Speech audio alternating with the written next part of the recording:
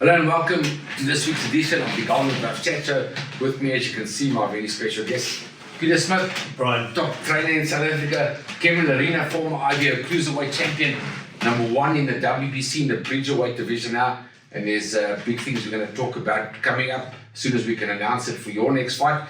But today I want to firstly speak to you about what happened on the weekend. Oleksandr Usyk, the defending champion, got all the titles against Daniel Dubois. Pete, let me start with you. What did you think of the fight as well? What do you think of Usyk? I thought it was a great fight, Brian. Overall, I just think that the way the fight went, Usyk he's far superior. But Dubois is the danger dog as far as like a heavyweight. He can turn around like he almost did. The only thing is, in my taking, listen, if you're fighting for a championship, man up. Yeah. Don't cower out and then start doing a race card thing or whatever it is. Just show up. It's a boxing match. Like Usyk said it the best to him. Just man up. It's a sport, bro. Yeah, Get over it. I thought he was fighting quite well, Daniel Dubois, for the first couple of rounds. He was using his speed and his size. But then he seems like he doesn't have the heart. Given when he goes on a knee, he doesn't get up again. He looks at his corner. It's almost like he doesn't want to beat him, which doesn't make sense. Such a big, strong guy. I think Kevin exposed him in a way. You fought him, so you know all about Daniel Dubois. Yeah. What did you think about the fight? Yeah, I think what Pete said is the truth. I mean, I mentioned that on the weekend. I did expose him. Well, we did expose him. I think he had some good moments in the fight, but not enough. I think Usyk was far superior, like Peter said. Look, he has those moments of he's got explosive raw power. He put one or two good uppercuts and good right hands on Usyk, which Usyk took really well. Except for that. Yeah, talking about that, I think that was borderline but low. So more to the low side in my opinion. Still low. Because anything, it doesn't have to be in the gonads to be classified as low in boxing, you know what I mean? So I think... and if you hit the box, any impact on that ball, moves, shifts. It's just quite a strange thing that happened because, I mean, you guys are both former fighter and current fighter. I'm a former fighter. When you get hit there, you actually don't normally go down.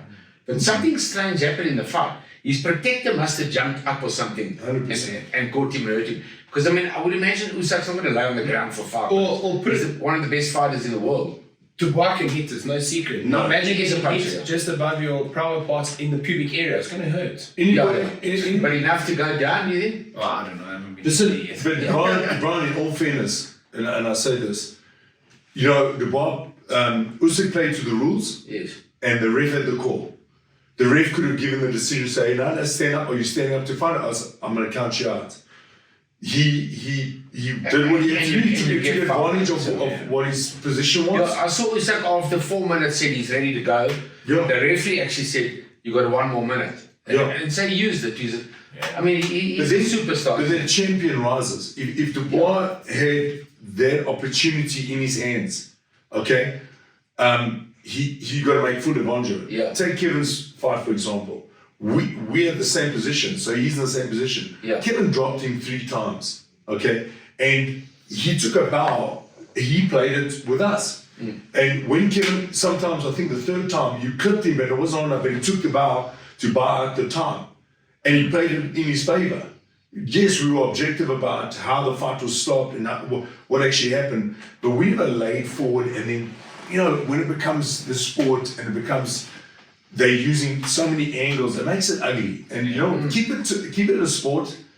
I think personally, if Dubois was even competitive in the fight, and maybe lost some points or was a close fight, even more so, you can complain about the low blow him and Frank wanted his promoted, but he got annihilated.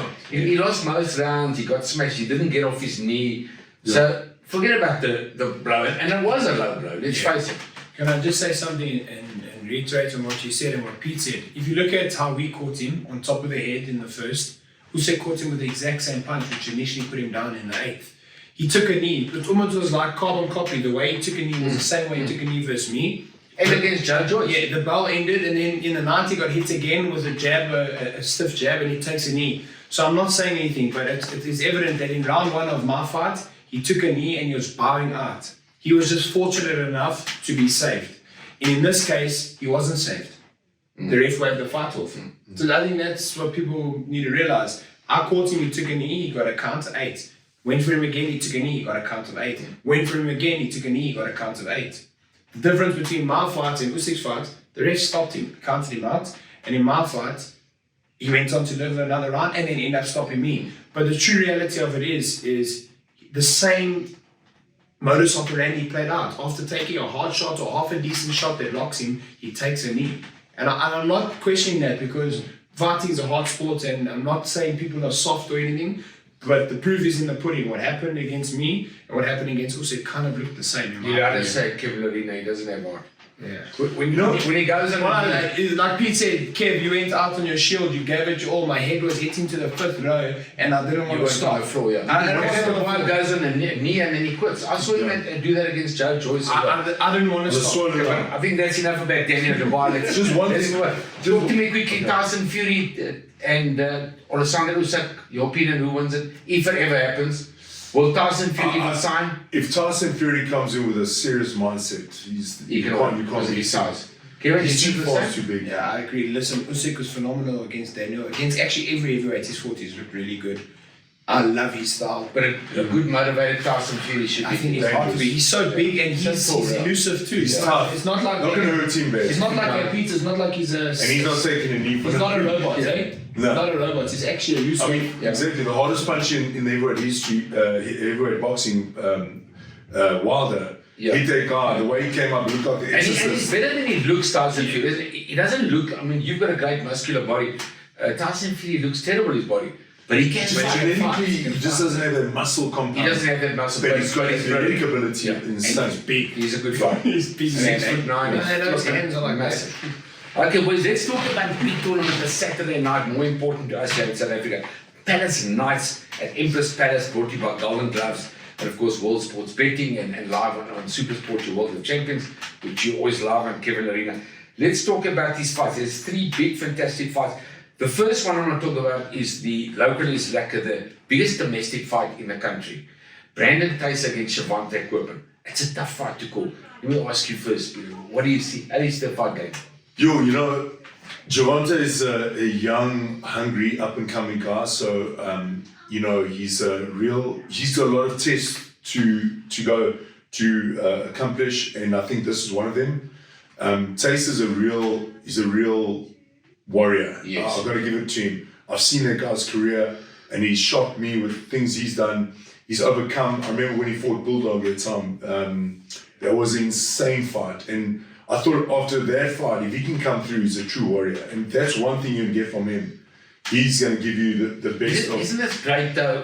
When you talk about tournaments and you don't know who's going to win.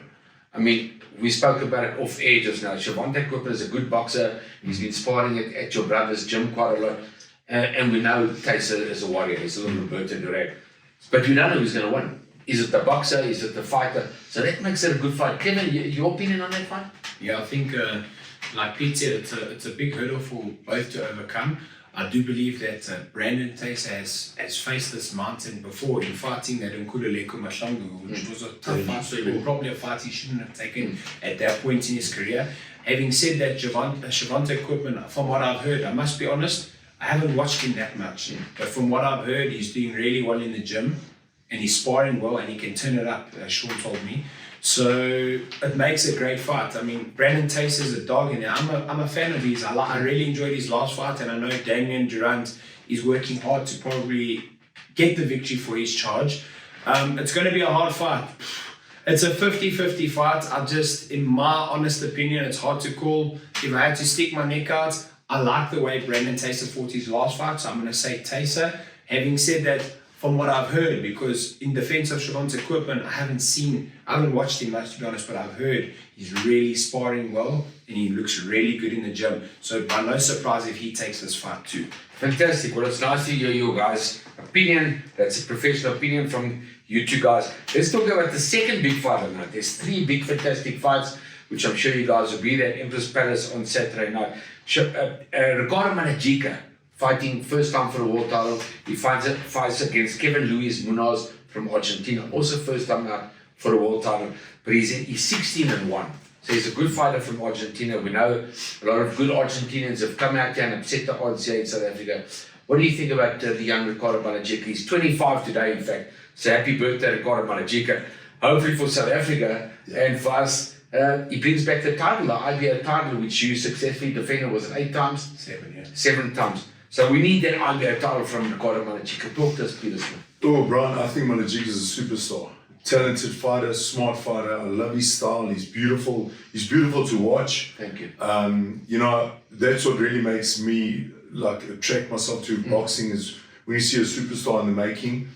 So I can see him going big places, and I think he's going to be IBO champion. Yeah, I think so. What I'd like to say about him, because obviously he's like my baby, he's like my son. Myself and my wife have taken him along for 4 or 5 years now in his management team. If we watched him grow, and you know, like Kevin did in your stable, he's 25 today, and I just think he's come of age. He's like, so I was 25 and I beat Alfredo Lane as well.